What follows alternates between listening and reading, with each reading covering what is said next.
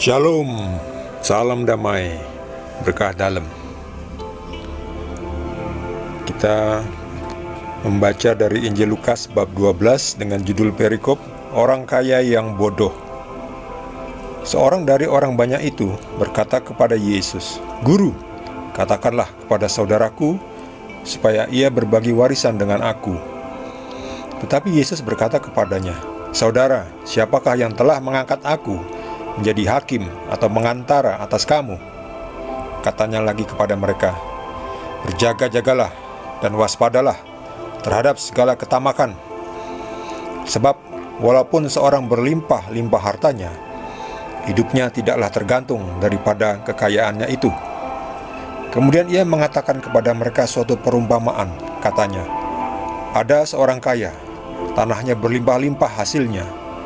Ia bertanya dalam hatinya, 'Apakah yang harus aku perbuat? Sebab aku tidak mempunyai tempat di mana aku dapat menyimpan hasil tanahku.' Lalu katanya, 'Inilah yang akan aku perbuat. Aku akan merombak lumbung-lumbungku, dan aku akan mendirikan yang lebih besar. Dan aku akan menyimpan di dalamnya segala gandum dan barang-barangku. Sesudah itu aku akan berkata kepada jiwaku, Jiwaku, ada padamu banyak barang tertimbun untuk bertahun-tahun lamanya. Beristirahatlah, makanlah, minumlah, dan bersenang-senanglah.' Tetapi firman Allah kepadanya, 'Hai engkau orang bodoh, pada malam ini juga jiwamu akan diambil daripadamu. Dan apa yang telah kau sediakan, untuk siapakah itu nanti?'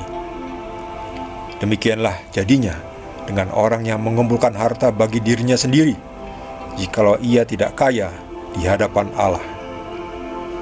Demikianlah sabda Tuhan.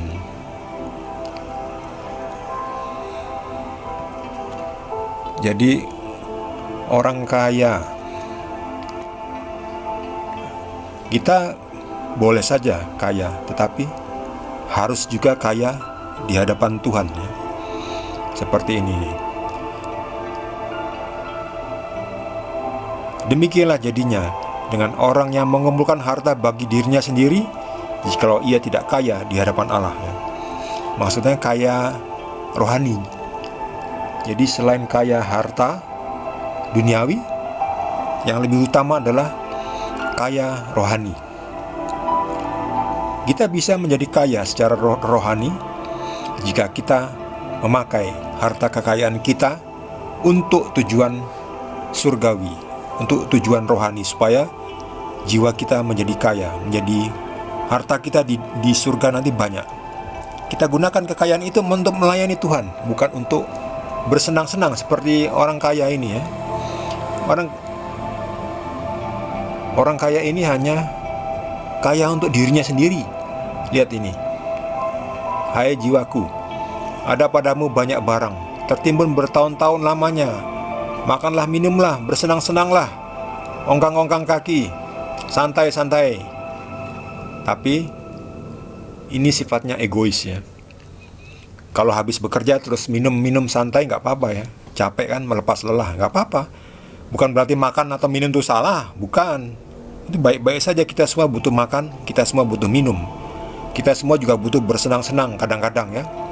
Habis bekerja keras melayani Tuhan, kita juga perlu bersenang-senang, ya. Minum yang menyegarkan, yang menyehatkan, bersenang-senang, ya. Gak apa-apa, istirahat.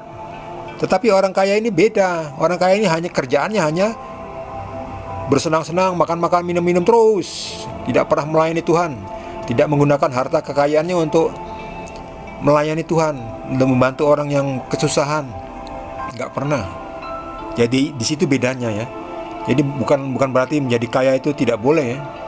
Kaya tetapi menggunakan kekayaan itu untuk harta surgawi, ya, untuk melayani Tuhan, untuk membantu orang-orang yang sedang terpuruk, yang ingin bangkit tetapi tidak ada yang menolong. Itu yang perlu dibantu, ya. Bukan membantu orang yang penipu. Kan ada juga tuh, ya, penipu, ya, pura-pura, ya, pura-pura memelas itu, membohongi, "Kami butuh ini untuk misalnya untuk keperluan beli obat, ternyata bukan untuk beli obat ya, hanya untuk nipu aja. Ada seperti itu, digunakan untuk beli kemewahan, beli ya untuk main judi juga. Kadang ada orang yang senangnya minta-minta tetapi tidak bertanggung jawab terhadap pengelolaan keuangannya, sehingga meskipun punya penghasilan tetapi tetap saja kurang terus. Ya, orang-orang seperti macam itu perlu diberi didikan ya, perlu diajari ya, jangan malah dikasih duit terus ya. Kita malah jadi membahayakan dirinya ya, karena dirinya tidak belajar untuk mengelola keuangannya dengan bijak. Sebaliknya kita harus menolong orang yang benar-benar membutuhkan pertolongan untuk bangkit ya, bukannya malah menipu ya. Ada orang yang memang butuh untuk bangkit, itu butuh dibantu ya, butuh uang ya. Memang kita semua butuh uang ya. Saya juga butuh uang ya. Semua orang butuh uang. Cuman ada bedanya ya, ada yang menggunakan uang untuk hal yang positif, ada yang untuk yang negatif. Ya memang masalahnya kita kadang sulit ya mengetahui apakah orang ini minta-minta ingin minjem untuk benar-benar sesuai dengan hal-hal yang positif ya, digunakan yang benar, atau cuman untuk hal-hal yang remeh-temeh ya, untuk remeh, hal-hal yang tidak berguna.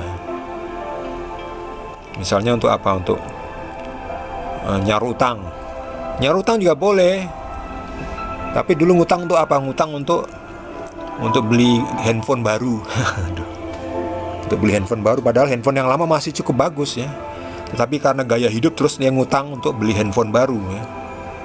Akhirnya tidak bisa membayar karena tidak punya penghasilan atau penghasilan tidak cukup, lalu ngutang, minjem, memelas ya. Ya seperti itu nggak perlu diberi pinjaman ya. Itu orang seperti itu nggak tahu diri namanya. Sebaliknya orang yang benar-benar miskin, bahkan untuk beli makan aja pikir-pikir, nah itu yang jelas perlu dibantu ya. Jadi memang kita kadang tidak tahu apakah orang ini perlu benar dibantu atau tidak ya. Yang penting kita jangan menggunakan harta kita hanya untuk kepentingan diri kita sendiri. Sebaliknya kita gunakan harta kita supaya kita juga memiliki harta surgawi. Sebab kita tidak tahu apakah besok kita masih hidup atau tidak. Untuk itu jangan tunda-tunda. Gunakan harta kekayaan kita untuk hal-hal yang positif, untuk kepentingan Tuhan, melalui menolong sesama yang benar-benar memerlukan, bukan sesama yang menipu. Mari kita hati-hati.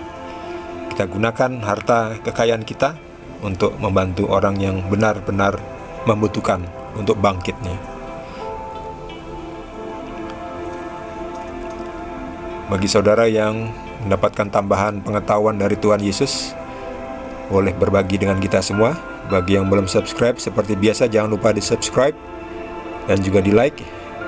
Kita akan lanjutkan dengan perikop berikutnya di video berikutnya. Terima kasih. Tuhan Yesus berkati kita semua.